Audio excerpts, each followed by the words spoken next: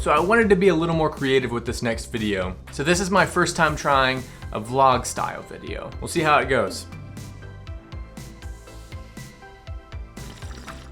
But something else cool about this video is that we sort of have a sponsor. So this really cool company called Hero Time reached out. They're a smaller company based in China that are trying to offer services and produce the physical components and eventually the full published games of any designers. And I gotta show you something cool that they sent me. So they sent me a box of playtesting components. In this box, there was a good amount of materials that I could use just to playtest my games that I'm trying to design. I've been getting super annoyed about having to grab from my game shelf just to grab the components from my current games and have to use them and repack them again every time I'm trying to playtest a design component. And this company, Hero Time, they thought it would be cool to send me a designated playtesting box for materials that I could use just when I'm designing my games. And the coolest thing is that they're trying to give away 2 of these boxes to you all. Here's how you get one. So I'm going to post a link down in the description, and all you have to do is fill that out. Through that link, some of the questions are about their website and also their social media, and their website is actually pretty cool because it shows exactly what all they can do as a small production company. I think the coolest thing is that I actually had a chance to meet through a video call 2 of the folks from Hero Time. What was very apparent is they're trying to make their products and services specifically inviting to new designers and new publishers. So if you're a new designer who doesn't know anything about making your first final version of your game, they got you covered. And it's incredible that they're trying to give away 2 of those playtesting kits. Make sure to follow them on social media, on Facebook and Instagram, and also check out their website. Dude, did you chew this? No, Theo, you got away. This is my video. So, I hope that you don't mind that I'm trying to be a little artsy with this video. YouTube should be fun, right? I've got some stuff to do today. It's Saturday.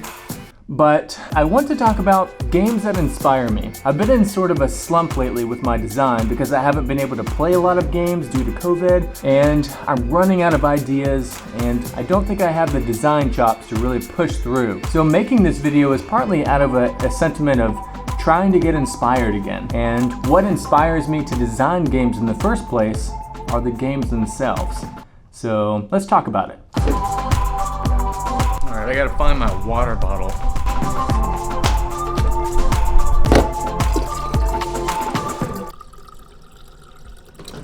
Done.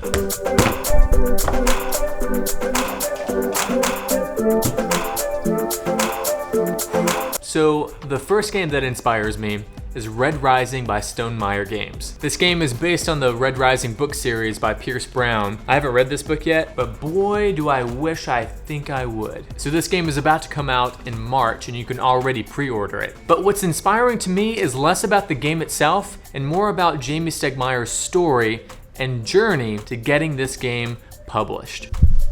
I follow Jamey Stegmaier's YouTube channel, and he's often asked about like what intellectual property that he would love to design a game for that he currently hasn't. So he gets a lot of accolades for games like Scythe or Viticulture and stuff that he's already known for, but he's always given this answer in some of his videos of like he would love to design a game around the Red Rising universe. And by golly, he's done it.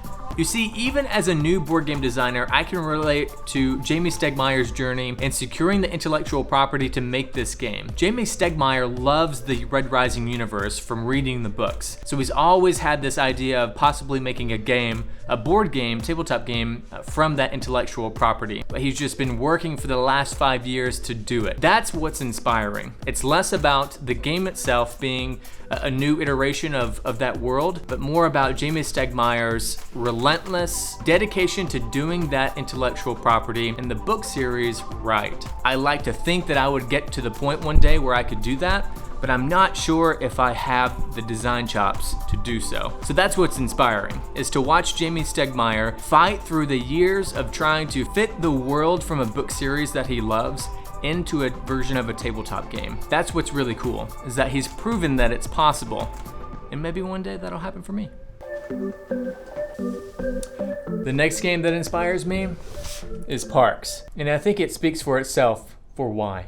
Parks is one of those games that has just crossed over into the upper echelon of games that were originally made for the core board gaming crowd, but were so good and so pretty that now they're being sold at Target. Not all games get to do that. The publisher, Keymaster Games, should be proud. What inspires me about Parks is one, it is a fun game. It's a great game, very simple, best playing with 3 people, but also awesome to play with your wife, like I do. We love this game. We're also gonna get the nighttime expansion sometime soon so we can play with those little tents. What inspires me about this game so much is just my aspirational goals of getting to the point where I can be publishing games that look this good. This game is one of the best games I've ever seen, and it's right up my alley in terms of having an outdoorsy national park vibe theme where you get to reminisce on being outside while you're playing games inside. This game is so good that it's quickly becoming one of my gateway games that I'm recommending to newer players. I love being able to give friends and family a recommendation for such a beautiful representation of modern board games, which is a world that they may not know much about yet. And honestly, it's becoming more and more important to me to be able to recommend games that have modern art styles, that set themselves apart from the Catan era of board games. But this game does such a great job in inviting people into the tabletop community by both how it looks, but also because it's a good game.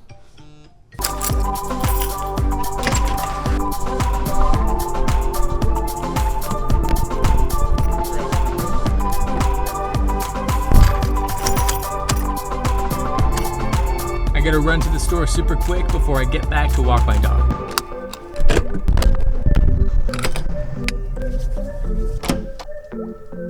You ready to go on a walk?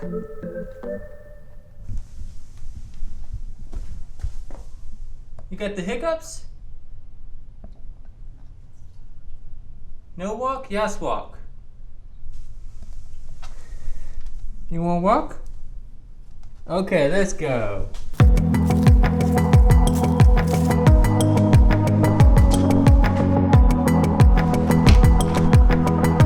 It's a new day. I gotta clean this room. It's a dark and rainy day today. But I've still got 2 games to talk about. And these 2 games, they really do excite me. First, let's clean up. This room is where I shoot most of my videos, but it's also kind of a catch-all room for both me and my wife. Sometimes you just gotta take care of it. Also, I finally got Love Letter. I should have had this game a long time ago. Got it at Target.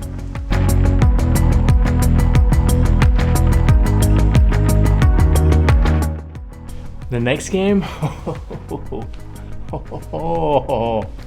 The next 2 games, they haven't come out either, but they're getting closer and closer. The first one of the 2 is Veiled Fate by IV Studios. And even though this game hasn't come out yet, I have been able to play it because they have a pre-Kickstarter version on Tabletop Simulator. Veiled Fate is a game about hidden influence. In this game, players are pretending like they are gods that are influencing an earth full of demigods, and each player has a secret role where they're trying to get one of those demigods to win the game and have the most points. But the switch is that everyone around the board, all the players, can control any of the demigods on their turns. So the gameplay comes in as players are trying to secretively influence the state of the board and also the progression of one of those demigods without revealing to the other players who it is. All right, listen, you gotta check out their website.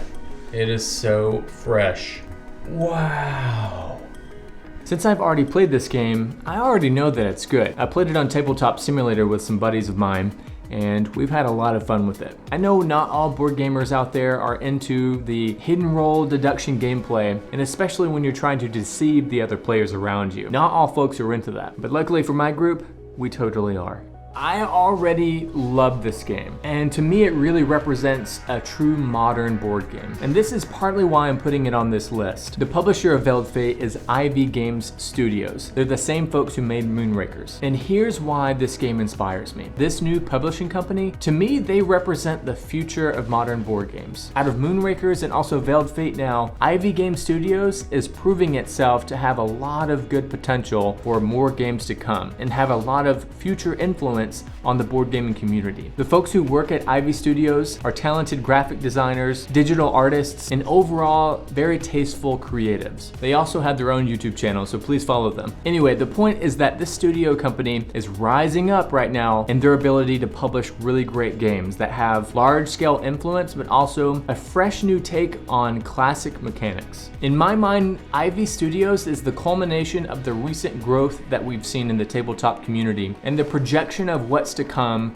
for modern board games. I think the sky's the limit for this publishing company. The existence of Veiled Fate makes me feel like we're approaching a time where the games that we have on our shelves feel relevant and have updated design sensibilities. And I'll be sitting on the front row anytime Ivy Studios makes another game.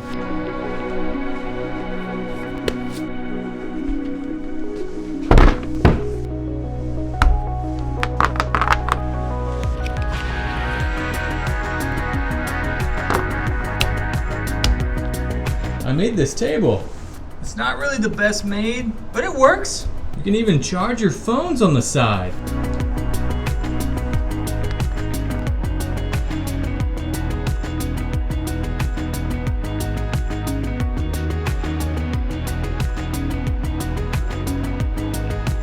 The next game I want to talk about is not Root.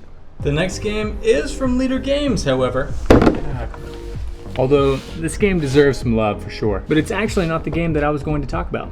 You know what? It's going on the list. This last segment is going to be a twofer. I'll admit, I slept on Root to begin with. When Root first came out, for some reason, I couldn't get the rules down, and that stunted my interest in it. But this last year, one of my friends got Root, and we played it, and now that I understand the flow of the rules and what the suits actually mean, I finally get it, and I love it. I also played it with my wife recently, expecting her not to like it, but she did. So I'll be buying the rest of it. So yes, I love Root, it's inspiring. But that leads me into the game that I did want to talk about. The real game that I wanted to talk about is Oath, also by Leader Games.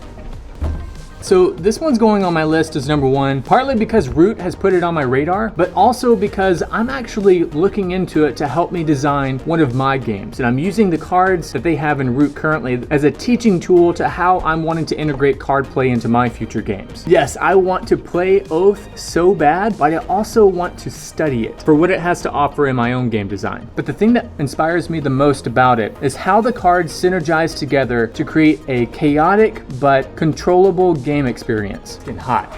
And I actually think I align quite well with Leader Games' philosophy around card play. And that is that the odds of the game do not have to be completely predictable for it to bring joy to the players at the table. What I'm specifically wanting to learn and get experience with when I play this game is that the text or the icons in the cards give you certain options of gameplay that give you very tangible, clear goals to set out to accomplish. I'm just gonna borrow a couple of these cards here. Sorry. I'm playing around with an idea for one of my games where you draw 2 cards on your turn and you pick which one goes in your hand and you leave the other one out open to the public for anyone else to interact with or draw. So anytime you're drawing cards, you're directly deciding what goes in your hand and what immediately impacts the world that everyone is paying attention to. But this moment of decision making is partly inspired by Root and Oath. And I know Root and Oath are very different games, but still that philosophy of the randomness of card play, but also the chaos and fun-natured part of you not knowing exactly what other people have in their hands, and that creating big moments that climax in quirky, humorous, or even downright brutal moments. Those are the highs in board games that I cherish. And I think Oath is going to do that for me. As far as I'm concerned, similar to Ivy Studios, Leader Games has got it going on. And I'm pretty stoked about what they have in store for the future.